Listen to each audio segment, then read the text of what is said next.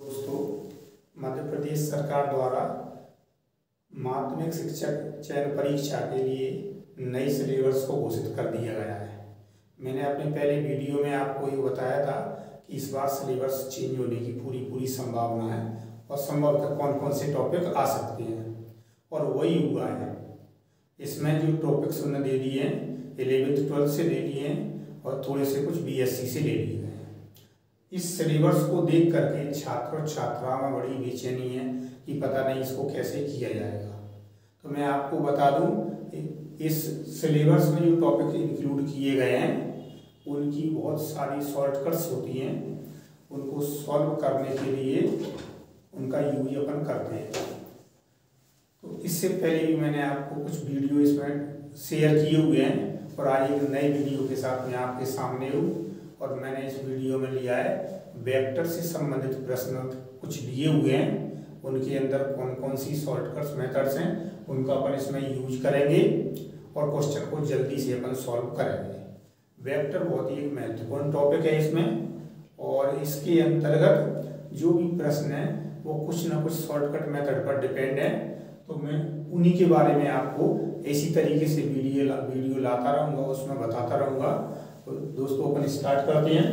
देखो मेरे पहला क्वेश्चन है इसमें, यदि ए बी सी कोई तीन सदिश इस प्रकार हो कि a + b + c बराबर है वेक्टर 0 तथा mode a = 3, mode b = 4, mode c = 5, तब a.b + b.c + c.a बराबर अपने को बताना है कितना है। तो ऑप्शन दिया मैंने इसमें 47, -25, 0 और 25 लिया। बहुत ही महत्वपूर्ण प्रश्न है, ज़्यादातर कंपटीशन में पूछा जाता है। और इसी को करने के लिए आप क्या करोगे, सबसे पहले ये कंडीशन दी हुई है यहाँ पर a + b + c = वेक्टर 0 भी दिया जा सकता है और मोड a + b + c = 0। यहाँ पर मैंने 0 लिया है, इसलिए कोई दूसरी वैल्यू भी अपने को वेक्टर में दी होगी, तब अपन कैसे करेंगे। तो देखो सबसे पहले अपन क्या करते हैं, यहाँ पर इस फर्स्ट क्वेश्चन है अपना, उसका आंसर तो अपने को क्या दिया है इसमें a + b + c = दिया है वेक्टर 0। तो ये आ जाएगा अपना मोड a + b + c = अब 0 वेक्टर का मोड कितना होता है 0। अब इसका करते हैं स्क्वायर। जब भी इस टाइप से रिलेटेड कोई भी वेक्टर का क्वेश्चन हो तो सबसे पहले उसका स्क्वायर करोगे बोथ साइड, 0 का स्क्वायर 0। इसमें आइडेंटिटी लगाएंगे अपन, तो ये पूरी जो आइडेंटिटी है, अब इसमें एक कंसेप्ट होता है square of vector equal square of modulus, यानी ये मोड का स्क्वायर और वेक्टर का स्क्वायर इक्वल ही होता है। अब इसमें अपनी आइडेंटिटी अप्लाई हो जाती है a² + b² + c² + 2। अब इसमें ये सिंपल मल्टीप्लाई नहीं होता, डॉट प्रोडक्ट आता है a.b, b.c और c.a और इक्वल टू 0। अब मैंने यहाँ पे क्या लिया था 0, तो ये मेरा 0 चल रहा है। यदि कोई वेक्टर दिया होता तो उसका मोड अपन यहाँ पे लिखते, जो भी नंबर आती वो यहाँ लिखी रहेगी। अब देखो जरा मुझे क्या क्या दिया हुआ है यहाँ से, mode a = 3, square of vector और स्क्वायर ऑफ मॉडुलस सेम है, तो ये आ जाएगा मेरा 3 का स्क्वायर, 4 का स्क्वायर और 5 का स्क्वायर, 2 × a.b, b.c और c.a = 0। ये देखो जरा ये कितना हो जाएगा मेरा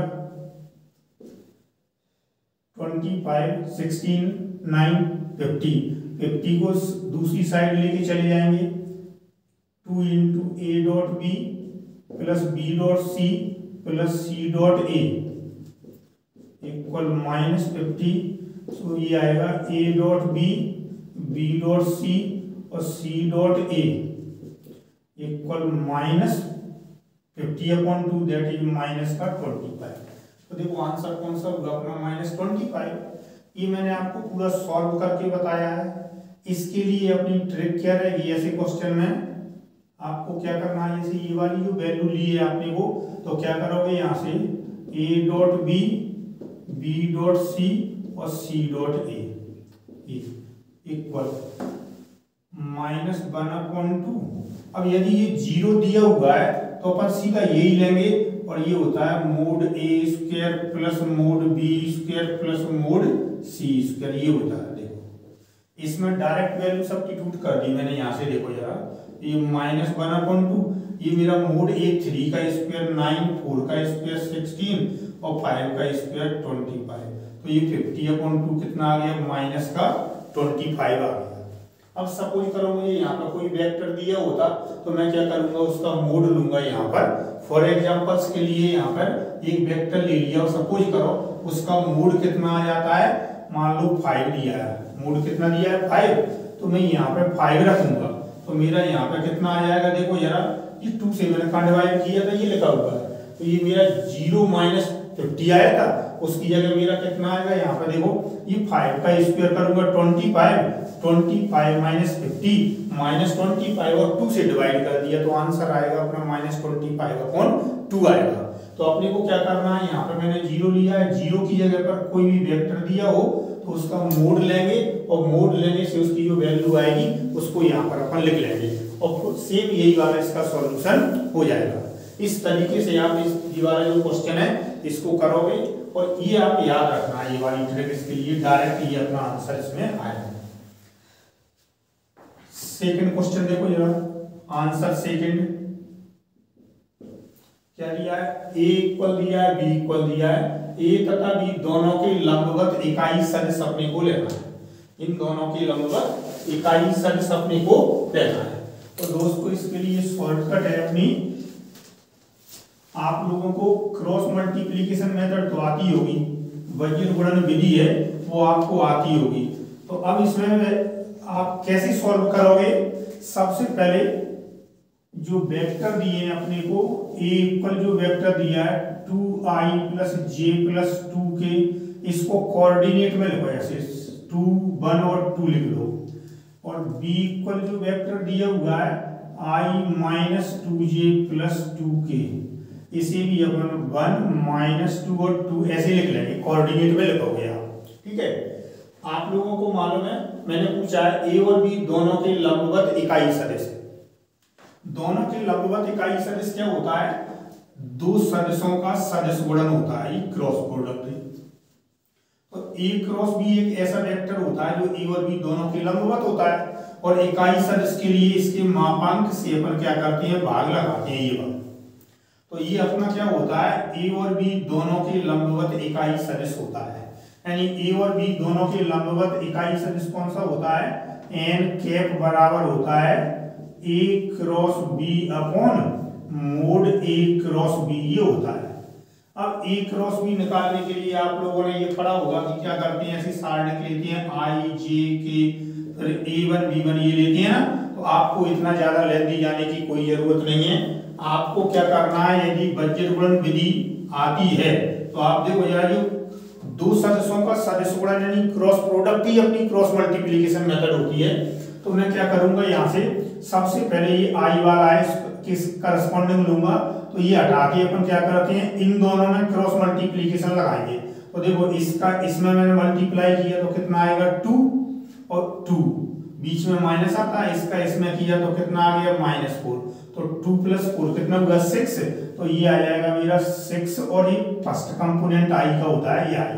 अब आपको मालूम है j वाले में अपन क्या करते हैं, बीच में ऑर्डर चेंज करते हैं, इसका इसमें मल्टीप्लाई किया तो कितना आ गया 2 × 1 2, बीच में माइनस, फिर 2 × 4 किया तो ये वाला 4, तो कितना आ गया -2 और ये कंपोनेंट है मेरा j वाला प्लस।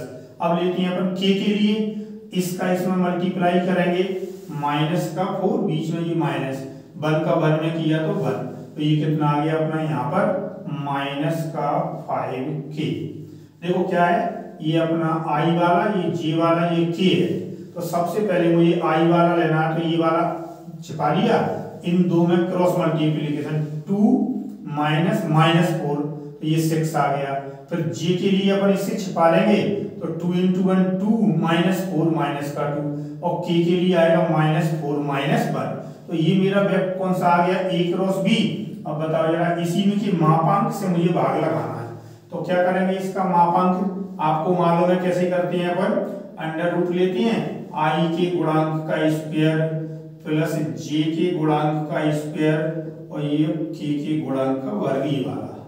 तो ये कितना हो गया, देखो 36 और 4 40, 40 और 25 कितना हो गया 65, तो ये आ गया √65, ये आ गया आपका। यानी ए और बी कोई दो वेक्टर दिए, उनके लंबवत सदिश पूछा है तो केवल अपन ए क्रॉस बी निकालेंगे, इकाई सदिश पूछा है तो उसके मापांक से इसमें भाग लगा देंगे। अब इसमें आप पूरा ये वाला सारणी किस तरीके से आई जे के आप किताबों में पढ़ रहे हैं, इसलिए आपको थोड़ी सी घबराहट हो रही है। तो ये आपको क्या करना है, इस तरह की जो शॉर्टकट्स होती हैं इनकी प्रैक्टिस आपको करना है।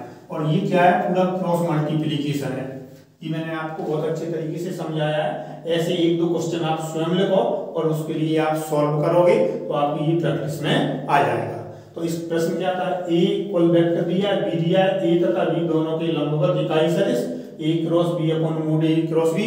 अब मैंने ये डायरेक्ट ए क्रॉस बी लिखना तुम्हें बता दिया है, उसका मापांक से भाग लगा दो तो अपना इसका आंसर मिल जाएगा। नेक्स्ट क्वेश्चन लेते हैं अपन, सदिश ए दिया है और सदिश बी दिया है। ये बहुत ही सिंपल क्वेश्चन हो, ये जनरली ट्रेडिशनल क्वेश्चन है जो पूछा जाता है। दो वेक्टर दिए हैं आपको, ए इक्वल दिया और बी इक्वल, ये दो सदिश एक दूसरे के लंबवत दिए हुए हैं, तब लैम्डा का मान अपने को निकालना है। तो दोस्तों क्या है अपना कंडीशन कि जब ए लंबवत बी होता है तो इसमें इनका डॉट प्रोडक्ट कितना होता है, 0 के इक्वल होता है। डॉट प्रोडक्ट कितना होता है, ए डॉट बी इक्वल 0। अब आपको मालूम है डॉट प्रोडक्ट कैसे लेते हैं, आई वाले का कोफिशिएंट का आई वाले में करेंगे। तो ई वाला जो वेक्टर है, देखो मैं यहाँ पे लिख रहा हूँ ए इक्वल, मैंने इसको कोऑर्डिनेट के टर्म में लिख दिया 2 लैम्डा प्लस 1 फिर -1 और 2। और दूसरा वेक्टर जो बी है उसे भी लिख दिया मैंने 1 लैम्डा प्लस 1 और 1। अब ए डॉट बी करते हैं, आई का आई में, जे का जे में, के का के में। तो इस 2 लैम्डा प्लस 1 का 1 में मल्टीप्लाई किया मैंने, तो ये आ गया 2 लैम्डा प्लस 1। फिर इसका इसमें किया यानी -1 का कर दिया मैं lambda plus 1 plus 2 into 1 equal to 0। ये 2 lambda plus 1 minus lambda minus 1 plus 2 equal 0। 2 lambda minus lambda, lambda आ जाएगा, 1 और -1 कैंसिल हो गया, 2 को अपन RHS में लाएंगे -2, तो लैम्डा इक्वल आ गया अपना -2। ये क्या लगा दिया अपने, डॉट प्रोडक्ट की कंडीशन। यदि दो सदिश लंबवत होती है तो उनका डॉट प्रोडक्ट 0 के इक्वल होता है। और डॉट प्रोडक्ट कैसे लेते हैं, ये घटक भी है अपने को, ए equal A1 B1 C1 A2 B2 C2, तो ये आता है A1 A2 plus B1 B2 plus C1 C2 A dot B मिल जाता है। ये ऐसा प्रश्न पूछा जाता है, इस टाइप का कोई भी प्रश्न मतलब न्यूमेरिकल दिया है कि इसमें से ये लंबवत हैं नहीं है, कौन से लंबवत है, तो अपन क्या करेंगे ए डॉट बी निकालेंगे। और इस तरीके से कोई अज्ञात राशि दी है उसका मान निकालने के लिए तो उसे अपन क्या करेंगे, ए डॉट बी इक्वल 0 करेंगे, उससे इसकी वैल्यू मिल जाएगी। नेक्स्ट क्वेश्चन लेते हैं अपन,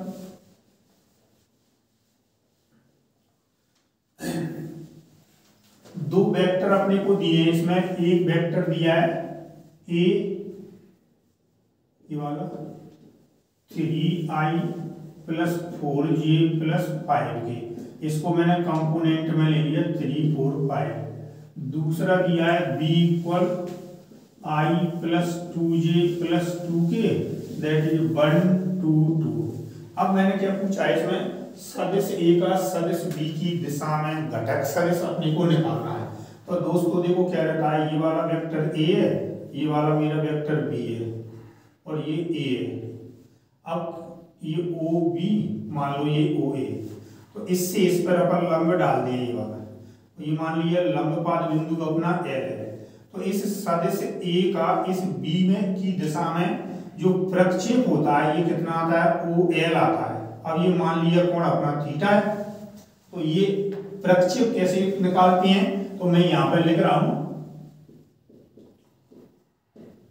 सदिश ए का सदिश बी पर प्रक्षेप, ये तो दोस्तों देखो यहां से क्या है, इसका ये इतनी लंबाई निकालनी है मुझे, ये ओ एल। तो देखो जरा ओ एल बराबर कितना हो जाएगा, ओ ए कॉस थीटा, तो ये आ गया मोड ए कॉस थीटा, ये होता है ये वाला। अब डॉट प्रोडक्ट की डेफिनेशन तो आपको मालूम ही है कि ए डॉट बी इक्वल होता है mod A mod B cos theta.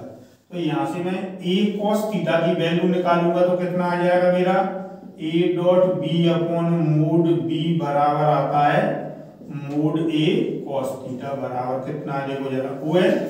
ये ओ एल अपन ने निकाला है यहाँ से ओ एल, ये ओ एल कितना आ गया A dot B upon mod B आ गया। तो ये ओ एल जो लिखा हुआ है वो कितना है अपना A dot B upon mod B के बराबर आ जाता है। इसे बोलते हैं अपन सदिश ए का सदिश बी पर प्रक्षेप, यानी इसकी ये छाया है ये वाला, ये अदिश घटक अपन ने निकाला है। तो सदिश ए का सदिश बी पर प्रक्षेप होता है A dot B upon mod B होता है। इसका मतलब ये हुआ कि जिस सदिश पर निकालते हैं प्रक्षेप उसके मापांक से भाग लगाते हैं। ए का बी पर निकालूंगा तो बी के मापांक से, यदि बी का ए पे निकालेंगे तो ए डॉट बी को मोड ए से भाग लगाएंगे। अब देखो जरा ए डॉट बी देखो, पहले क्या लिखा है ये वाला, तो ए डॉट बी कैसे निकालते हैं A one A two plus B one B two plus C one C two. तो कितना हो गया 3 इंटू वन कितना हो गया 3, 4 इंटू टू 8 और 5 टू या 10। इसका ये क्या लेना है मापांक, तो अंडर रूट 1 का स्क्वायर 2 का स्क्वायर और 2 का स्क्वायर, तो कितना आ जाएगा 4 और 4 8 और 1 9 यानी कि 3 ये आ जाएगा। तो ये कितना हो गया अपना 18 और 3 21/3 आ गया 7। ये मैंने क्या निकाला प्रक्षेप, और मैंने पूछा है घटक सदिश यानी उसकी दिशा में निकालना है। तो अब अपन क्या करेंगे यहाँ पे जो सदिश बी है उसकी दिशा में इकाई सदिश का गुणा करेंगे। सदिश ए का सदिश बी के अनुदिश घटक है, अनुदिश घटक सदिश निकालते हैं। तो जो प्रक्षेप मैंने निकाला है ये वाला जो ओ एल किस दिशा में, ये सदिश बी की दिशा में, तो ये सदिश बी की दिशा में यानी बी कैप का गुणा करेंगे। तो ये वाला तो जितना ये मेरा आ गया है ओ एल, इसमें मैं क्या करूंगा 7 इंटू बी कैप।